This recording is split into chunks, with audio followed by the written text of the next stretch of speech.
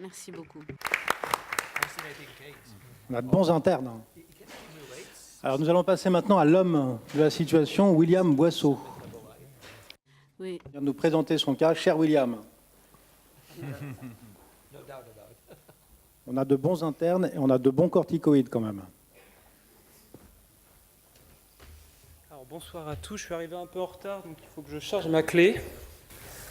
Je trouve un petit...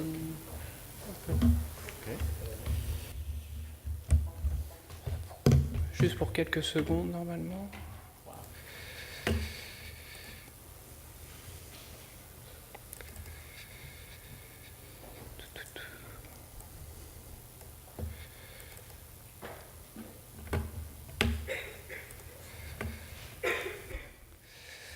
Ça a l'air de marcher, c'est déjà une bonne nouvelle. Donc je me présente, je m'appelle William Boisseau, je suis interne en neurologie. Et donc je viens vous présenter un cas d'une patiente qu'on a eue dans le service de la Pitié-Salpêtrière en neuro-oncologie. Alors c'est un service qui est spécialisé dans le traitement des tumeurs cérébrales, mais ils ont également une certaine expertise dans les complications neurologiques des traitements anticancéreux. Donc raison pour laquelle on a vu cette patiente dont je vais vous raconter l'histoire. Donc c'est une patiente assez jeune, 27 ans, chez qui enfin pas nous, mais en tout cas nos collègues de la Pitié-Salpêtrière en oncologie ont diagnostiqué au mois de mai 2014 un carcinome rénal avec une petite anomalie génétique, une translocation TFEB.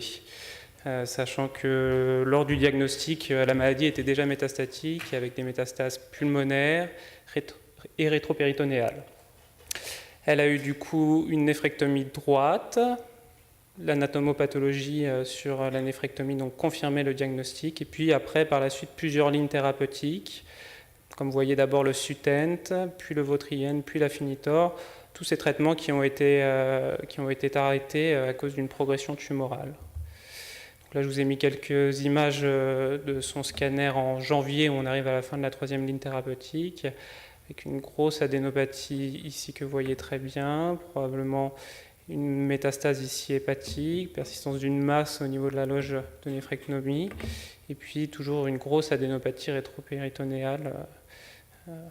Voilà. Donc il avait été décidé en janvier 2015, donc à la suite de ces 3 lignes de chimiothérapie, au vu de ce scanner et de la progression du coup d'une chimiothérapie par ipilimumab, que vous connaissez bien. Donc traitement qu'elle a fait en tout 5 cycles, tous les 3 semaines, de février à mai 2015. Et donc cette chimiothérapie a permis en tout cas une nette réponse.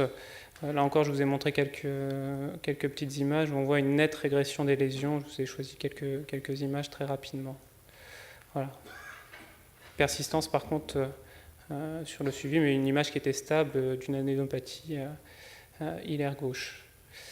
L'histoire n'est pas si simple, puisqu'en fait, je vous ai mis des images de son scanner de contrôle au mois de septembre, mais entre-temps, elle a eu plusieurs autres soucis qui commencent en fait début juin par une perte de vision bilatérale. En fait, on se rend très vite compte que en fait, sur l'IRM, à l'examen clinique et à l'IRM, elle a en fait une névrite optique rétrobulbaire bilatérale.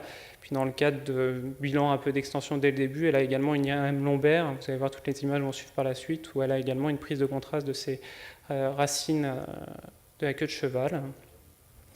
Donc là, vous avez sa séquence d'IRM, ça c'est une séquence flair, où on voit, vous voyez, un hypersignal assez important du nerf optique, même de la papille, là qu'on voit bien en avant, donc des deux côtés. Il y a une prise de contraste tout le long du trajet de ces deux nerfs optiques qu'on voit bien. Pas d'autres lésions au niveau encéphalique. Et puis au niveau, vous voyez, au niveau médulaire, une prise de contraste très nette de toutes les racines de la queue de cheval qu'on devine très très bien. Donc elle bénéficie du coup, suite à ces problèmes, d'une hospitalisation dans notre service avec une première ponction lombaire qui retrouve une méningite lymphocytaire, mais pas de cellules anormales, et donc on décide très rapidement de faire une corticothérapie, un peu à grosse dose, comme nous on fait neurologue, ce qu'on fait par exemple dans les scléroses en plaques, 1 gramme par jour de corticothérapie pendant 5 jours, qui permet pour le coup une nette amélioration, puisqu'elle récupère quasiment intégralement son acuité visuelle. Puis Du coup, on la laisse sortir en prévoyant des contrôles réguliers. En fait, elle revient très très rapidement, avec ce coup-ci plutôt des sensations douloureuses, un peu difficiles à décrire au niveau des 2 jambes. Et puis, de nouveau, une nouvelle baisse de l'acuité visuelle, 2 nouvelles IRM cérébrales et médulaires qui ne retrouvent pas de franche nouveauté. De nouveau, une baisse de l'acuité visuelle. Puis on refait toujours une 2e ponction lombaire, qu'on a répété aussi une 3e fois, toujours dans l'idée de ne pas passer à côté d'un diagnostic différentiel, et notamment une méningite carcinomateuse. Mais là, à chaque fois, sur les 3 ponctions lombaires, l'anatomopathologie ne retrouvait pas de cellules tumorales. Donc on refait à nouveau 3 bolus, et puis ce coup-ci, on se dit que probablement on n'a pas laissé suffisamment longtemps les corticoïdes, ce médicament magique. Donc on décide par la suite de faire une corticothérapie orale à une dose d'1 mg kilo. Là encore une fois, l'amélioration est assez nette, puisqu'elle était arrivée chez nous très douloureuse, avec quasiment l'incapacité de marcher. Ça s'améliore très rapidement, elle reprend une bonne autonomie. À noter quand même qu'elle avait perdu un réflexe, son réflexe achilléen droit. L'électromyogramme confirmait probablement une atteinte plutôt radiculaire.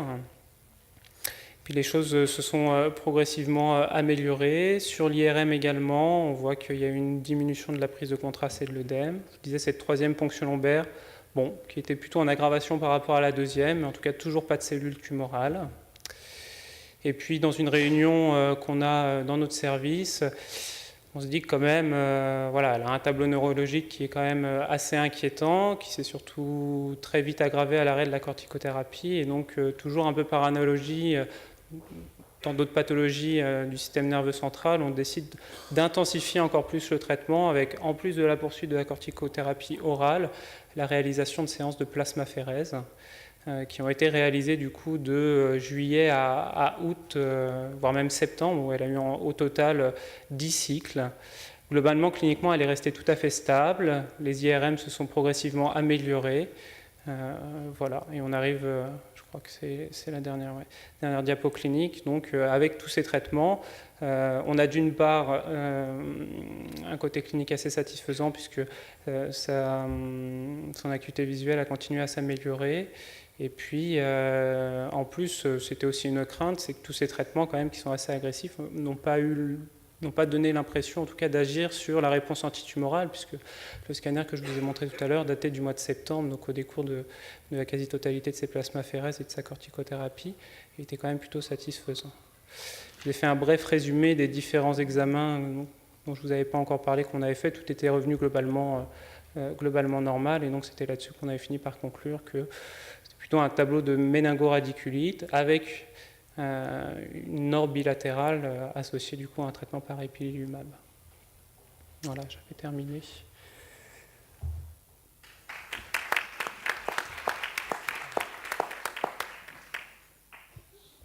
Since I was the one that mentioned reintroduction. Étant donné que j'ai mentionné la réintroduction des inhibiteurs, des checkpoints d'inhibiteurs, je crois que là, c'était un cas tout à fait pertinent. On a des anticorps qui sont bien plus probablement responsables de ce type de réaction. En tous les cas, vous avez vraiment fait un bon travail, puisque cette patiente est toujours vivante aujourd'hui. Vous avez pu contrer les réactions des anticorps, mais en même temps, d'un point de vue cancer, son état reste stable. Ceci soulève la question à laquelle nous n'avons pas de réponse. Est-ce qu'on a besoin de continuer ces thérapies? Pendant combien de temps? Si on examine l'aspect thérapeutique, qu'est-ce qui peut permettre de bénéficier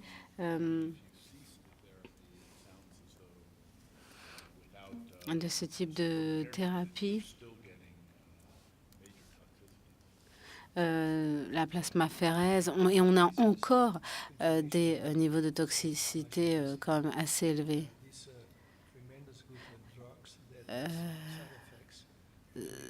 Ces médicaments qui ont des effets secondaires, parfois on essaye, on fait comme si on comprenait certains des mécanismes, mais ça n'est pas le cas. Comme vous l'avez mentionné auparavant,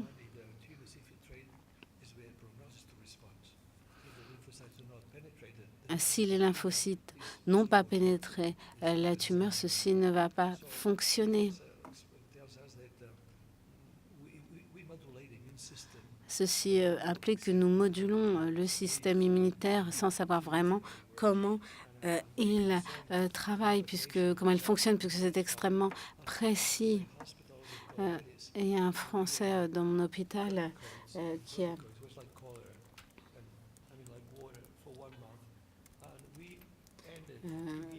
un traitement suite à une colite.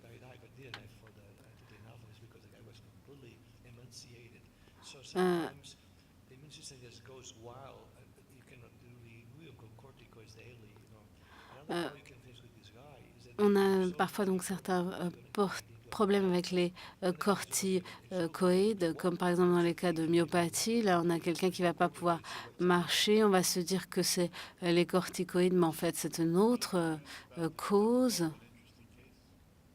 Y a-t-il d'autres commentaires sur ce cas difficile et extrêmement intéressant?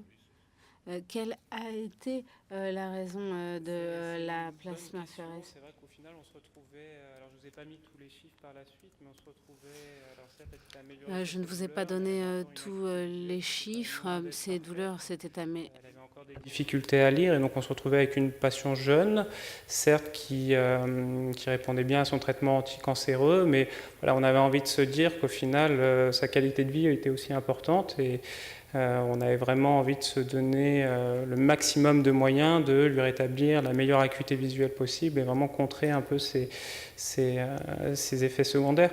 On a essayé de faire un peu on a beaucoup agi comme ça, en fait, c'est un peu par analogie par rapport à d'autres pathologies inflammatoires, notamment la sclérose en plaques.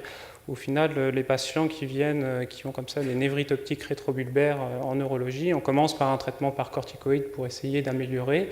Et c'est vrai que quand l'amélioration n'est pas suffisante, on vient effectivement à proposer soit les échanges plasmatiques, soit la plasmaphérèse.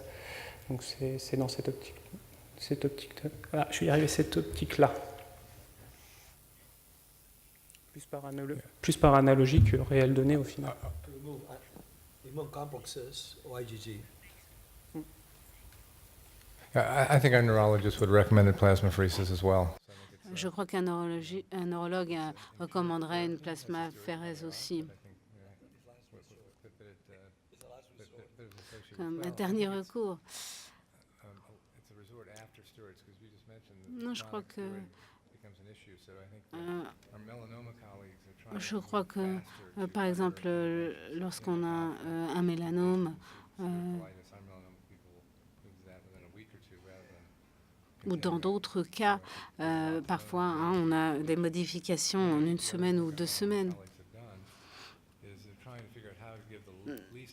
Je crois aussi que certains collègues ont essayé d'analyser les agents PD1 et de traiter de la toxicité accumulée.